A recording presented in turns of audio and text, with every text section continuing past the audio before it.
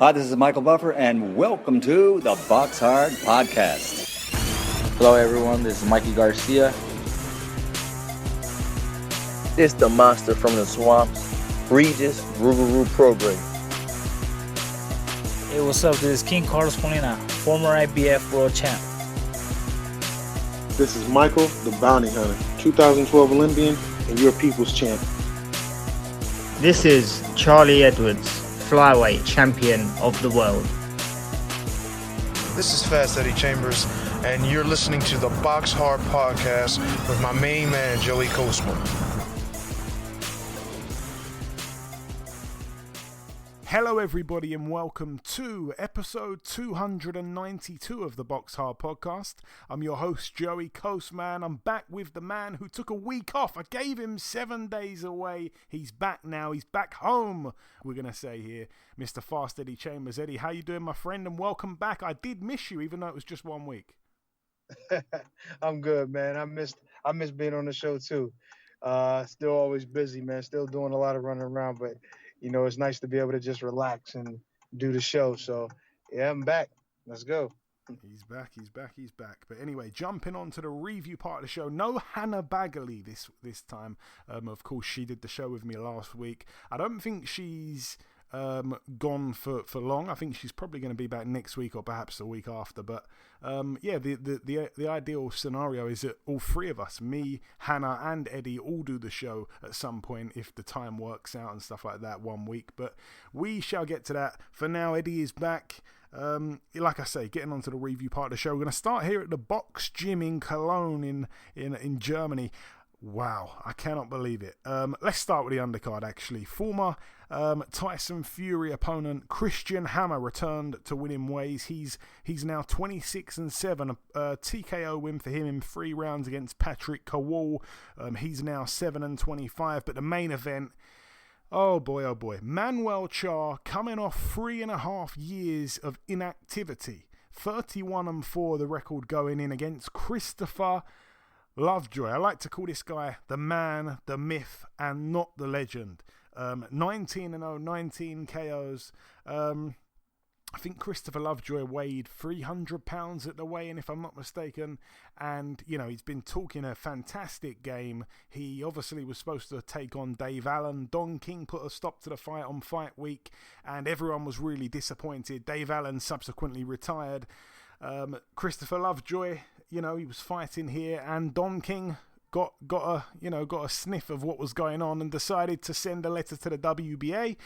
It was supposed to be for some kind of version of the WBA heavyweight world title, believe it or not, but Don King pulled some strings and the WBA decided to unsanction it in the end. So they did not sanction it, so it wasn't even for a belt, and that is what Christopher Lovejoy has cashed in that amazing looking record for.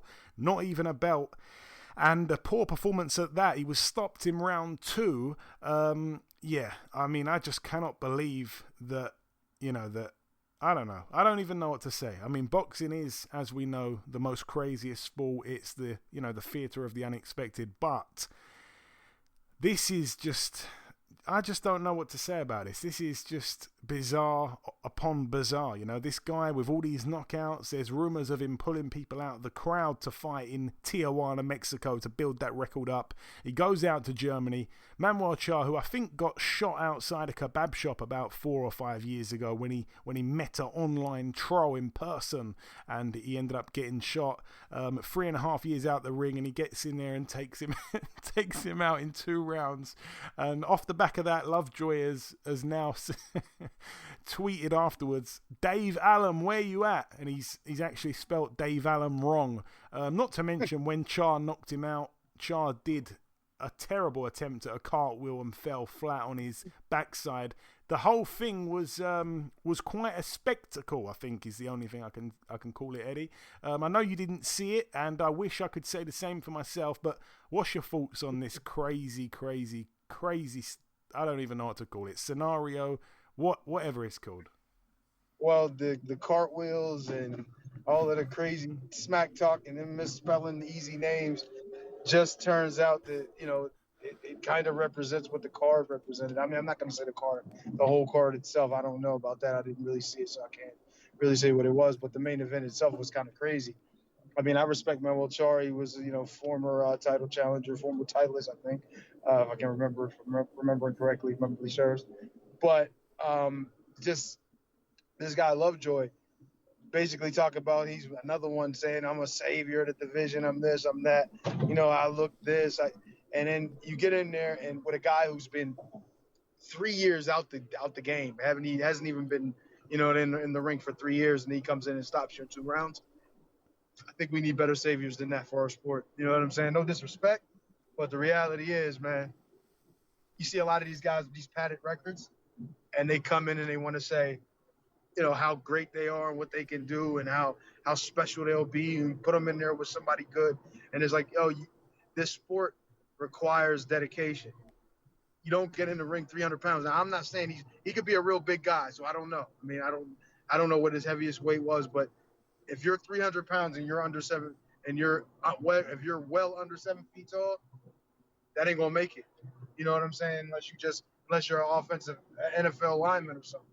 But in this sport, I don't know, man. I just don't think it's rare. There's only one guy that I know that does that pretty regularly, and that's Big Baby. He's able to do it, and he knows how to utilize that.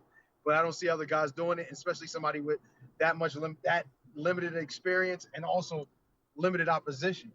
You're gonna get in there with a guy who was a former title challenger or former titleist. So it's just funny, the whole event, and the cartwheel, like I said, kind of represents the rest of the card. So that part of the card. So I kind of wish I did see it, so I can kind of have something to laugh about, I guess.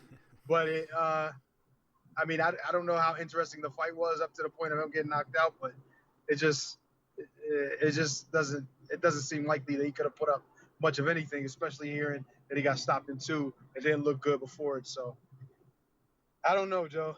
I don't know what to make of it. No, neither do I, to be honest with you. But he's 6'5", Lovejoy, 37 years of age now. That is hopefully the last time we see him. He is a circus act.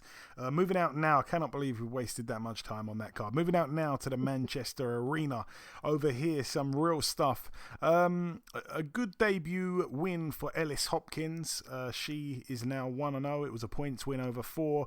Also another win for highly touted amateur Solomon Dakers. He's now 1-0. It was a 6-round points decision for him. Elsewhere on the card, where shall we start here? I'm going to start actually with Tommy McCarthy fight.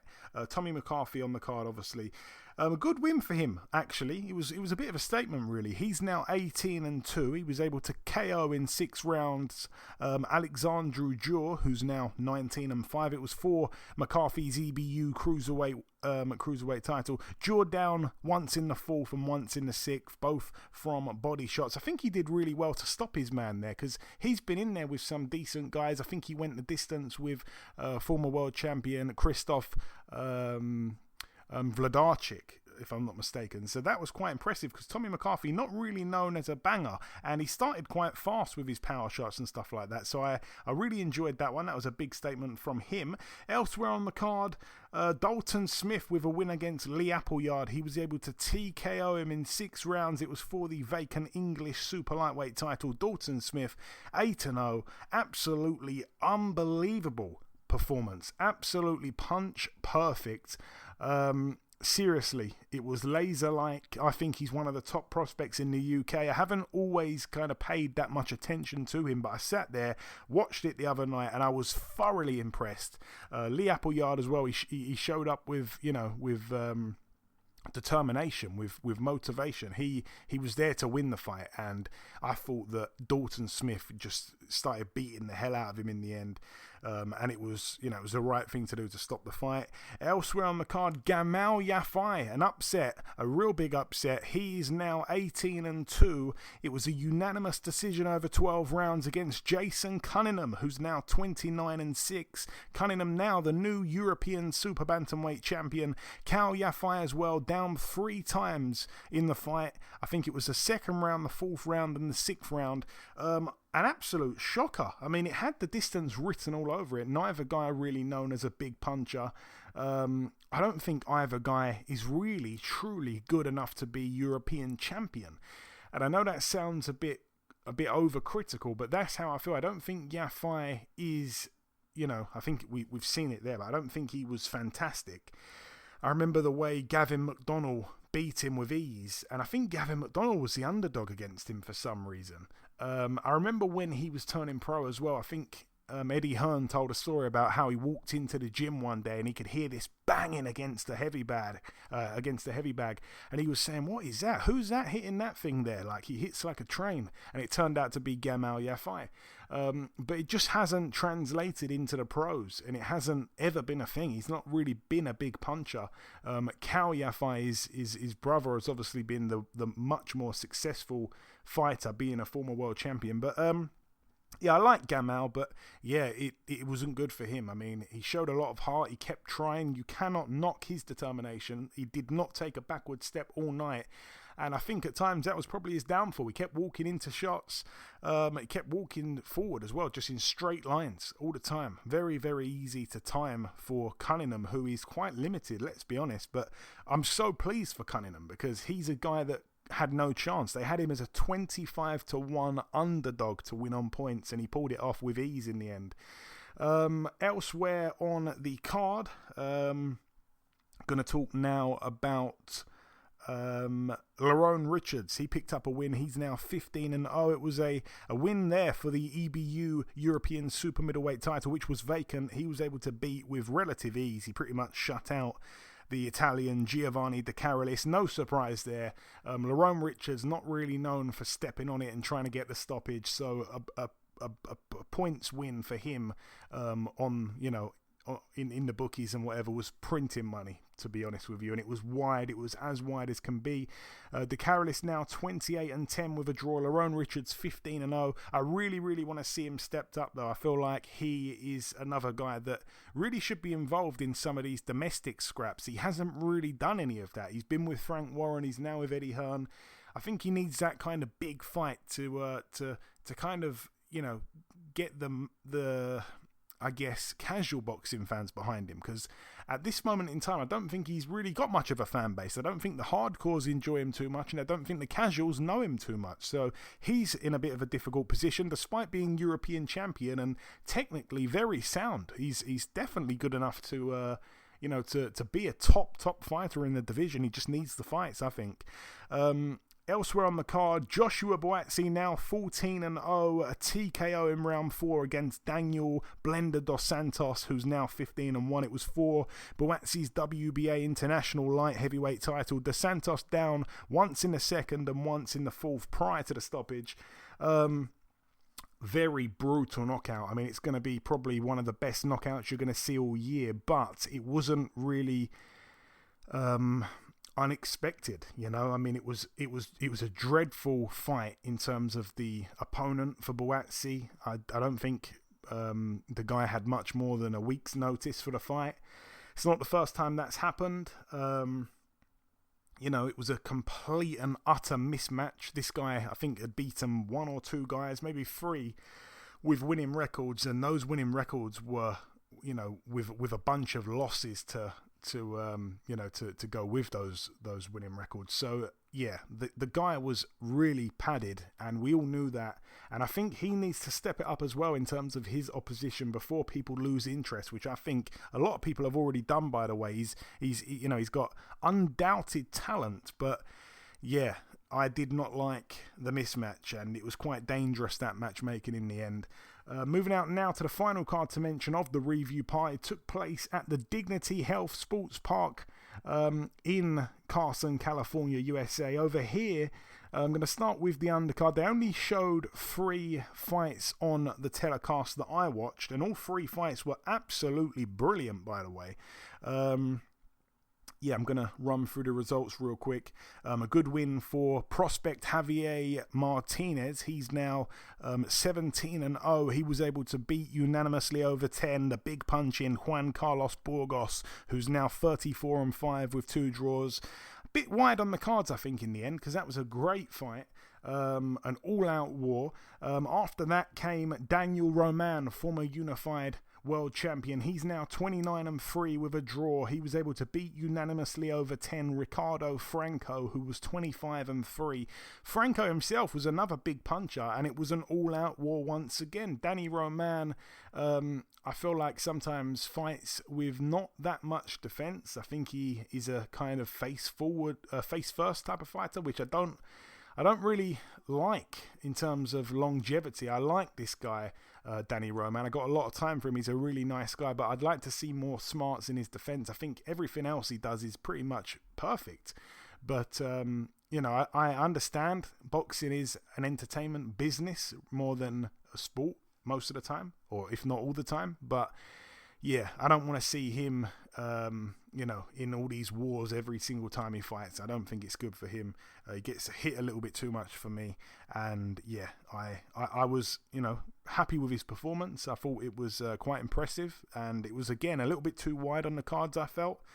Everyone had it close apart from the scoring judges. But, a good win in the end. And he's right back in the picture, really. And he's probably one of the best fighters. Well, he is one of the best fighters in the division. He's calling out, he was calling out the winner of the main event, which we're going to talk about in a second. The main event. Brandon Figueroa, 22-0 with a draw. He was able to KO in 7 rounds Luis Nery, the previously undefeated 2-weight world champion, who was 31-0 going in, now 31-1.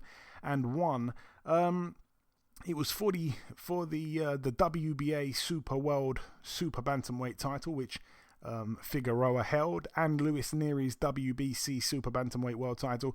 Now, Nery was down and he was counted out from the body shot in round 7. Figueroa, we had him on the show, I think it was 2 weeks ago. Really nice guy, really, really respectful young man that puts in the hard work and is a hungry fighter. A lot of determination, and just above everything else, a really, really nice guy. If you listen to the interview and all the interviews I've done with him, he even refers to me as sir and stuff like that. He's really polite, really nice guy. And yeah, it was an absolute firefight once again. The two guys came out swinging straight away from the first bell. They were going to war. I felt early on that Nery was the more compact fighter with the tighter punches. I felt Figueroa was a little bit too loose, a little bit sloppy looking at times as well. Nery, for me, was the much smoother boxer, but Figueroa wasn't looking to win on points. It was clear to see. And through the first 4 rounds, it was an all-out war. And I already wrote in my notes at that point, can Nery keep up with this pace? And the ultimate answer was no. In the end, Brandon Figueroa was able to beat the fight out of Nery, and he broke his heart, and that's his nickname. That is his nickname, the Heartbreaker. He broke his heart. He managed to beat him up and stop him, and that body shot that he landed, it was a late reaction from Nery, and he stayed down and got counted out. And that, for me, was such a legitimate win for Brandon Figueroa, who has come up a little tiny bit untested. I mean, he picked up a version of a world title, and people were still like, oh, how can he really be a world champion? How did he become champion? Did he deserve that opportunity? I don't think so. And he kind of got, shoehorned into a belt, really. And that's me being honest. He didn't really fight any of the top guys to be in that position. However, this is a tremendous win, and this solidifies him as, being the real deal for me. So very, very exciting stuff. And he will be boxing Stephen Fulton next time out. That fight's done. Stephen Fulton was there, saying his piece. He was there as a spectator and somewhat of a pundit. And that is a brilliant, brilliant, brilliant fight. I think, I'm going to talk more about that as the fight gets closer, but what a fight to look forward to. I think they're gonna be doing that in September. I think they've already got the date for that one. But anyway, that's it for the review part of the show. Just before we wrap up part 1, the final thing to do is to welcome our sole guest on this week's podcast. Ladies and gentlemen, please welcome the former IBF Junior-Middleweight world champion. It is, of course, Mr. Carlos Molina. Carlos, welcome back on the show, my friend. Joy, always a pleasure being on the show. So, Carlos, we last had you on the podcast back in June 2020. It wasn't really an interview. We hosted an episode together, if you remember. It was the week of your fight against Michi Munoz. Let's briefly talk about what's gone on since then, Carlos. You've continued to promote a number of boxing events in Mexico. You've boxed, including Munoz, 6 times since we last spoke, and now you're ranked in the top 10 with the WBC at middleweight. You've made the pandemic work out in your favor. Tell me. Yeah, that was the plan. I mean, it was either not fight at all and stay, and I would have never got ranked in the top 10 with the WBC, or start promoting and doing closed door events during the pandemic. So I decided, you gotta put in the work and set up some shows.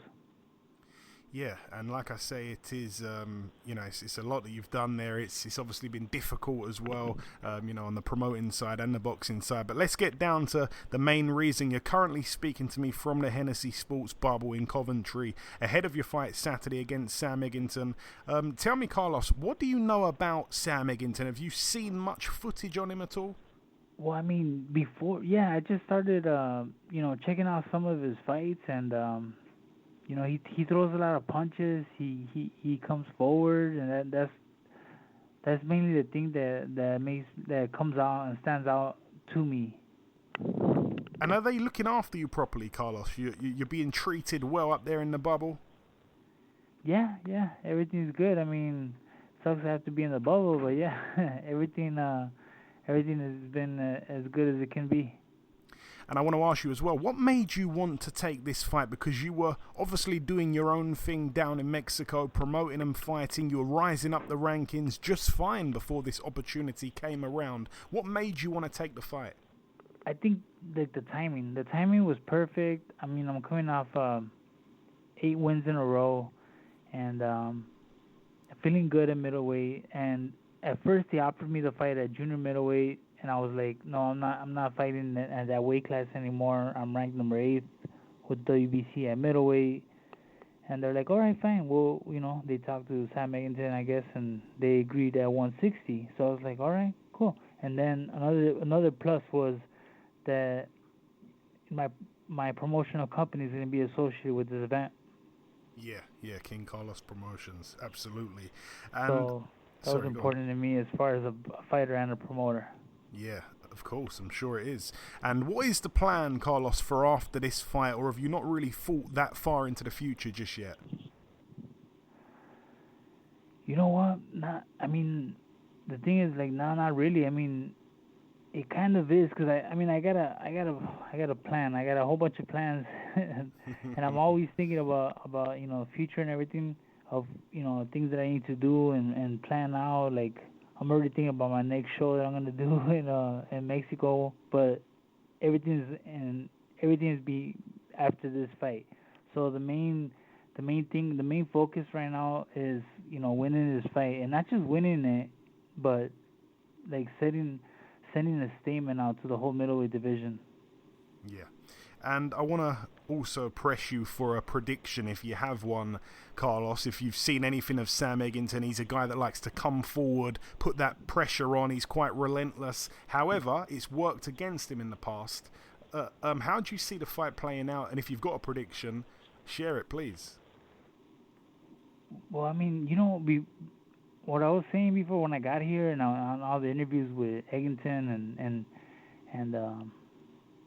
all the interviews that I had before, I was saying that I got to stop him. I know that I'm coming to his hometown and fighting in front of his crowd, and just I got everything against me, so I gotta stop him. But what I've been thinking about was, like, really what I need to do is just dominate from the beginning, and that's gonna be my goal. That's my plan right there. I need to dominate from the first round, and obviously, if I see opportunity for a stoppage, then I'm going to go for it. But the most important thing is just, dominate.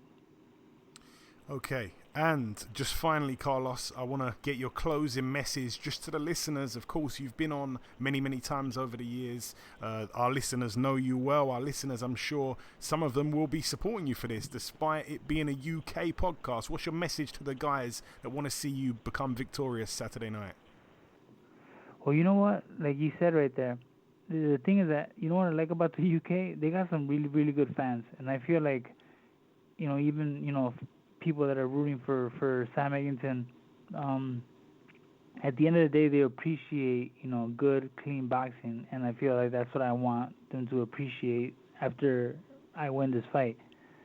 But I guess the message that I want to send out is like, this is going to be a really good fight. This is like this is a great matchup. And I'm looking at this not just as a boxer, but like as a promoter now, and staring at this fight and looking, at both fighters, and it's going to be a real good one, and can't miss one on Channel 5 live this Saturday. There you go, Channel 5. That's absolutely right. It's going to be in everyone's house all over the UK. But listen, Carlos, it's always a pleasure speaking with you, my friend. I hope you get that win on Saturday, and we'll have you back on the show sometime after. All right, Joy. Yeah, it will be my pleasure for sure. Let's do it. Okay, now it's time for part 2 on this week's show. Usually the news part, but nothing as it stands. If there is anything that develops from now to the end of the show, I will mention it on the outro. So we're going to start here with the preview part. We're going to start here at the Khimki Basketball Center in Russia. Over here, topping the bill, it's some kind of eliminator for a bridgerweight world title, believe it or not. And we've got the huge punch in Dmitry Kudryashov, 24-3, 23 KOs of those 24 wins, and his 3 losses have all come by knockout. So only once he's seen the final bell in 27 outings. He is a really, really fun fighter to watch. He's been, like I say, knocked out by Dultukos, by Ilunga Makabu, and by Olam Rawaju Duradola back in 2015, but boy oh boy can he crack. That power is very real. And on the receiving end of that, this weekend we're going to see Evgeny Romanov, 15-0 with 11 KOs himself. A good fighter, a good amateur fighter as well. He's got some decent wins in the amateurs, and this is a big jump up as a pro, But no, he was a really, really good fighter. He actually knocked out Deontay Wilder in the amateurs back in 2008. So there's a little fact for everyone listening. But no, good fighter, decent chin, and yeah, they've kind of been somewhat, I wouldn't say rushing him as a pro, but he's boxed, a bunch of guys that decent fighters I know have beaten and stuff like that. Like he's boxed a few opponents from bigger guys. He's been in there with Denis Baktov, who I remember Joshua knocking out. He's been in there with Marcelo Nascimento, a man that still gives Eddie nightmares all these years on. He was able to stop Nascimento in the 6th. He's also been in there with Sergei Lyakovich last time out. That was in November of 2020. But yeah, here he is against Dmitry Kudryashov. It's a brilliant fight there. All Russian showdown. Moving out now to Serbia. One strange fight to mention over here. Our man Asinia Byfield, 14-4 with a draw. He's in an 8-rounder against Roland Hamar, who's 5-9. All the best to Asinia Byfield. He seems to be boxing a lot of the time in Russia and these kind of places. He's fighting here in Serbia. Hasn't been on the show before, but I like Asinia Byfield. Been to a few of his fights live. Moving out now to the Sky Dome in Coventry, West Midlands, United Kingdom. We spoke to the man in part 1 who's going to be in the main event, of course. But starting with the undercard, Idris Virgo, 9-0 with a draw. He takes on Lewis Van Poach, who's 124-2. You've got Stephen McKenna, the young Irish prospect, 7-0. He's in a 6-rounder against Damien House, who's 3-5. You've got Mick Hennessy Jr., 5-1 with a draw in a 6-rounder against Paul Cummins, who's 2-48. You've got the return of Shakan Pitters. I believe it's the the first time he's boxed, I think, since being stopped by Craig Richards back in December. He's 14-1. He's in an 8-rounder against Jermaine Springer, who's 7-2. Elsewhere on the card, let's talk about the main event now. Sam Eggington, 29-7, takes on Carlos Molina, 37-11 with 2 draws. The former IBF Junior-Middleweight world champion. It's for the vacant WBC silver middleweight title, so that's interesting straight away. Sam Eggington moving up in weight to middleweight. Really and truly, he is a welterweight. I think he was quite big for the weight. He's moved up to 154, but here he is moving up to middleweight. Carlos Molina, really and truly though, he wasn't really a big junior middleweight, even when he won the world title some years back. And he boxed down at welterweight for the likes of the Josh Kelly fight and stuff like that. So he spent, a while of his career at welterweight. So not quite sure who the weight favours, to be honest, but Molina believes it's him. What interests me here is that it's just a clash of styles. Carlos Molina, up there in age now, but still never been knocked out. And he has boxed, obviously, the guys at the very top of the sport. And Sam Eggington, you just don't know what you're going to get from him because he is relentless. They call him the Savage. He doesn't normally take a backward step, but he has been knocked out early himself. He has been, been outboxed convincingly over the distance, and I'm just not sure what's going to happen here. Like I say, he I guess needs to put pressure on Sam Eggington, and there's a chance that he could put a lot of pressure on Carlos, whose legs probably aren't the same as what they used to be, years in the past. And can he put the pressure on and kind of, outwork him? Very possibly. But Carlos, I think, is definitely the better boxer of the two. Can he be smart? He's got the experience. Will he need to use his legs? It's going to be so interesting, but I think that's got the distance written all over it. I hope if it does go to the cards that Carlos gets a fair shake on them, of course. But yeah, Carlos has been very, very active. As we know, he's been putting on his own shows in Mexico. He's already boxed this year in February. And in 2020, he was able to box 6 times through 2020. Whereas Sam Eggington, his last fight, of course, took place in December against Ashley Theophane. He boxed twice in 2020 himself. He lost to Ted Cheeseman very controversially, but it's going to be a great fight. And I like both guys, of course. Sam Eggington, a friend of the show. Carlos Molina, a much closer friend of the show. But I'm very, very, very intrigued, because Carlos has been in there with some great fighters, from Solomon Sissoko to Abbas Barao to Josh Kelly to Carlos Adames, Cornelius Bundridge, Ishe Smith, Corey Spinks, James Kirkland, Kermit Cintron, Erislandi Lara. People forget he got the draw with him back in 2011. This guy has really been round the block. So this is, there's more. Julio Cesar Chavez Jr. twice. He got a draw with him in their first fight. He lost on a majority decision in the second fight. Mike Alvarado. This guy has been around the block. So this is a great fight for Sam Eggington if he were to win, but a bad one if he were to lose. Because, if you lose to Carlos Molina, who hasn't had a good win, let's be honest, a good win for quite a long time. But again, he hasn't been stopped. He's not at that point of his career where he's just, getting stopped all the time by bad guys. He's fighting a lot of Olympians and stuff like that, and in their hometowns, on the road. It's a bit of a different ball game.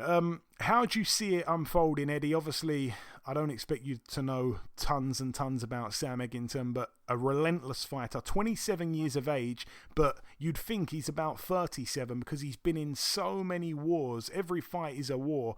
And obviously you've got Carlos with all the experience, never been stopped. It's pretty much the boxer, the smart boxer, against the all-out aggression, face-first, younger fighter. Well, when you say younger fighter, are we talking about, Eggington being the kind of guy who, like, he's junior, yeah. 10 years, but are those 10 years used up in his body? You know what I'm saying? With all of the wars and things that he's had recently. If you look at guys like the great Fernando Vargas, at one point in his career, his career was basically over at age 27, where he was, basically going downhill. So I'm looking at this guy, and he's had some wars. He's been in tough fights. And I'm pretty sure he still has something left in the tank, no doubt about it. But Now you're stepping in there with this experienced guy who, you know, at this point can be playing the role of spoiler. You know what I mean? He's been fighting, he's been active. You know what I mean? And for guys who are up in age, who get that car, that engine revved up, and now have something behind it a little bit. Now, granted, you know, taking punishment as an older fighter can be bad, but in this situation, I don't know how much damage he's taken. He's more of a slick boxer. He has never been stopped, so he's not put himself in position to be stopped necessarily all the time. So, him stepping in there with all that experience and just that background, you know, that quality pedigree is going to be something for Eggington to have to really deal with.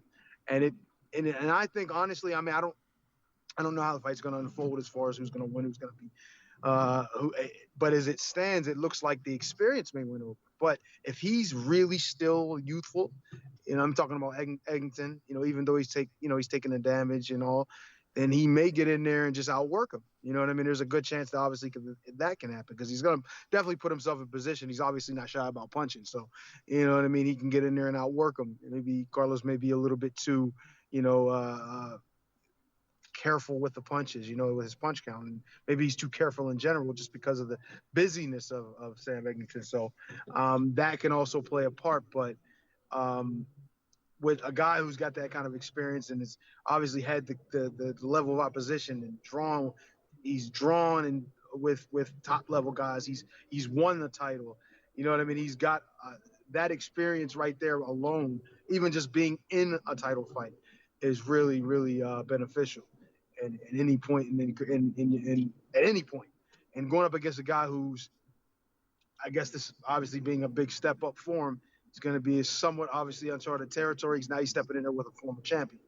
So it's going to be I think it's going to be an interesting thing. I mean, I think the younger guy can outwork him.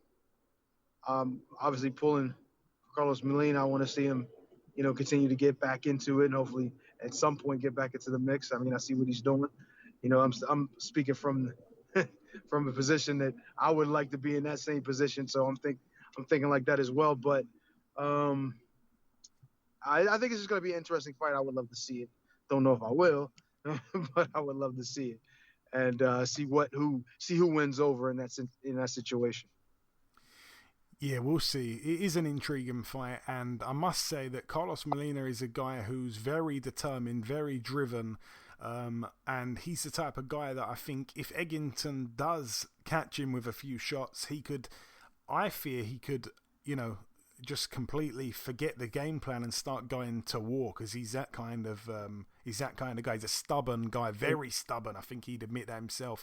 And you know, there's been times in 2020 where he boxed 6 times on his own shows that he didn't look fantastic in some of those fights. He really didn't. And it's been a while since, like I say, he's had that standout win.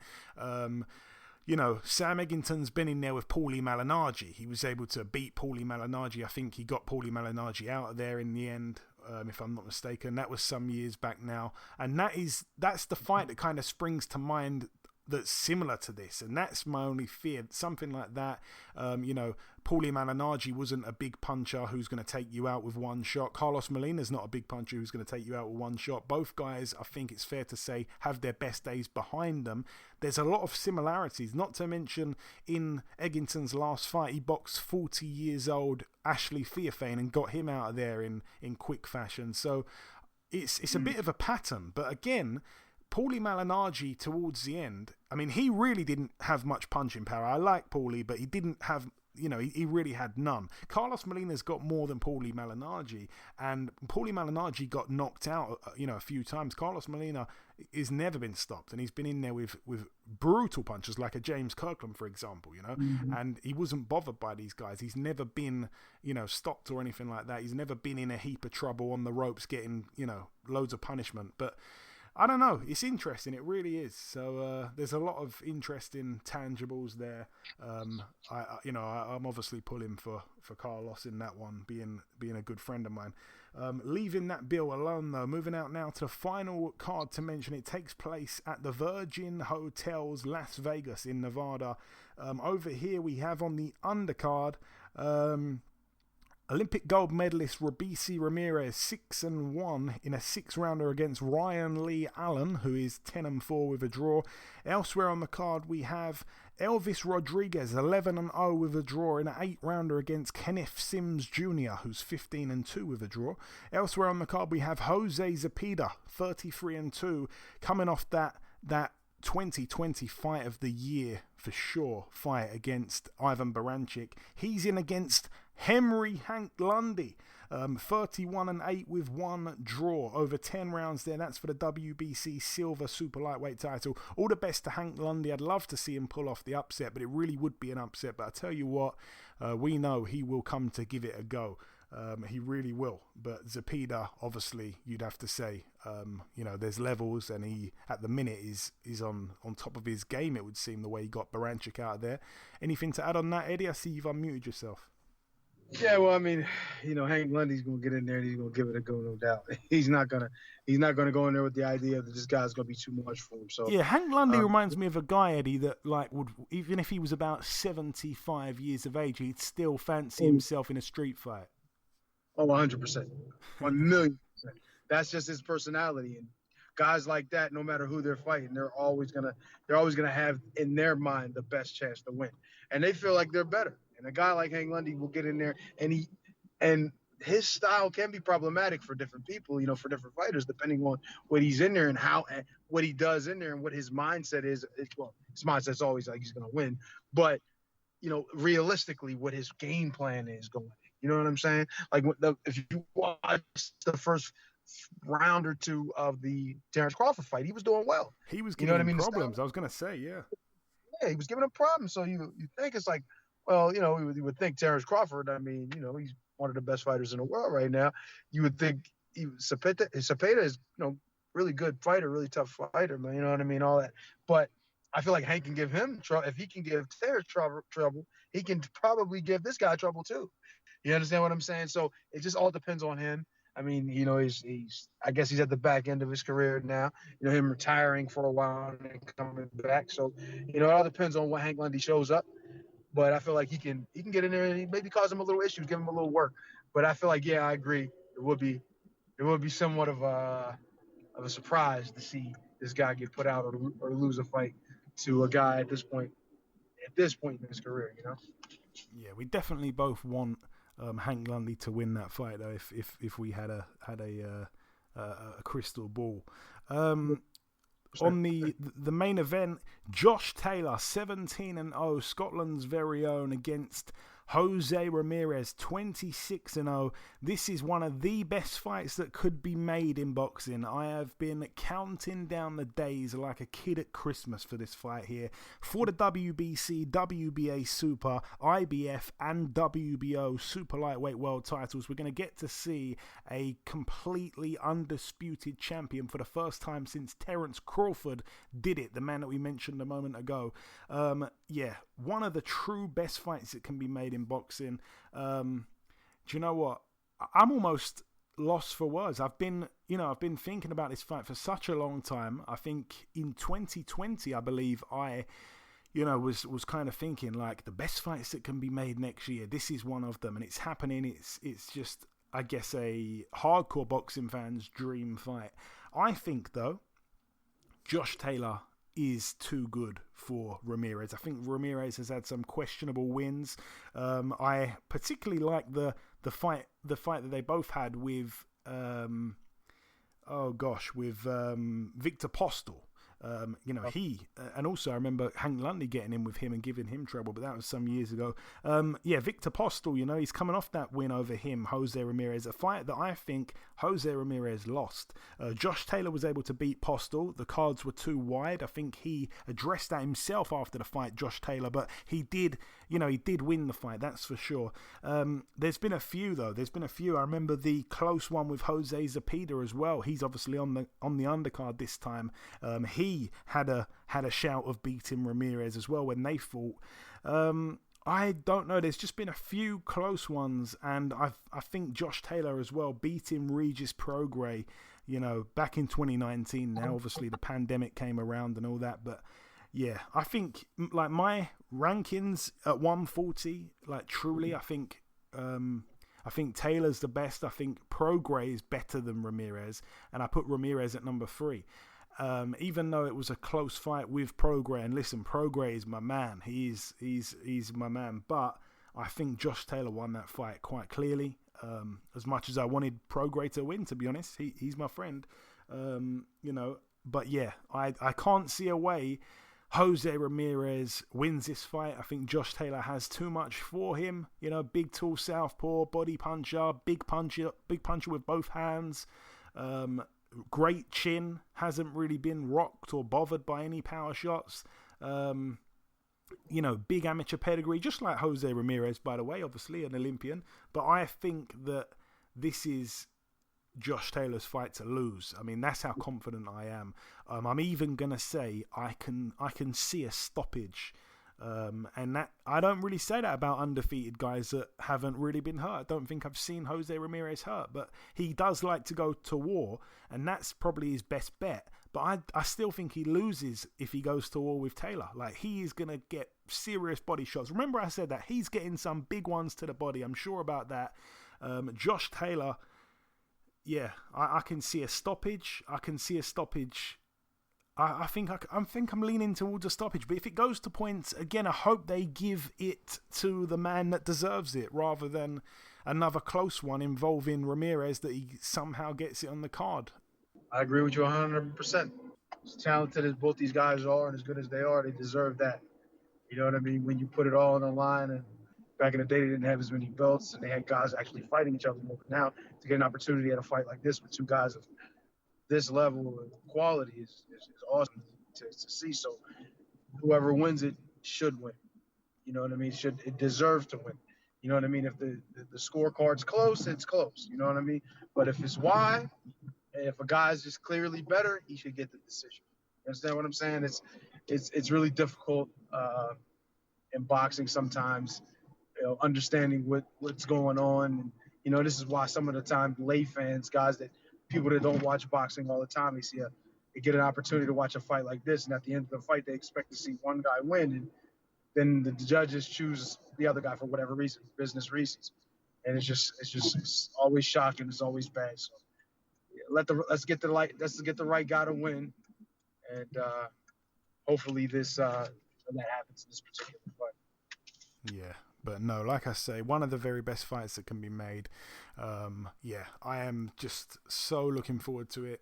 I have been for a long, long time, and I can't see a way Taylor loses the fight. That's not me being biased. I really, really like Ramirez. He's a very charitable guy. He's done a hell of a lot for people with cancer and stuff like that. He's honestly a really nice guy. He's probably the much nicer of the two. Not to say that Taylor's not a nice guy. I don't really know him like that. He's been on the show once before.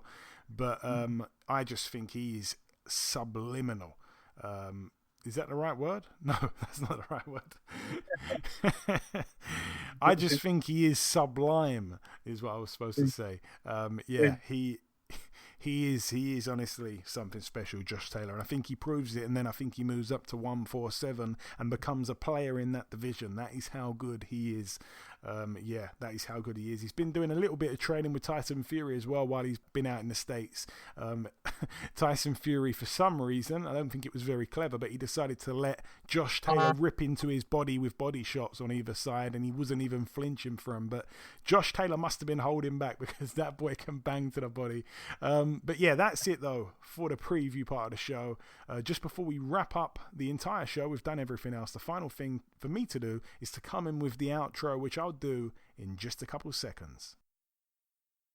Okay, and this wraps up episode 292 of the BoxHard Podcast. I've been your host, Joey Coastman. Eddie Chambers has been with me for the duration of the show. A massive thank you to our sole guest on this week's podcast, the former IBF Junior-Middleweight World Champion, Mr. Carlos Molina. The biggest thanks of all, though, goes out to you, the listeners. There's no news to mention this week, so all I will say is if you do have a couple of spare minutes, please leave us a review on iTunes. It really does mean a lot. I can't stress it enough. That is fantastic when the listeners do that. Remember to tell a friend about the podcast. But that's about everything from myself. Enjoy your weekends, people. Stay safe, and we shall see you all again next week.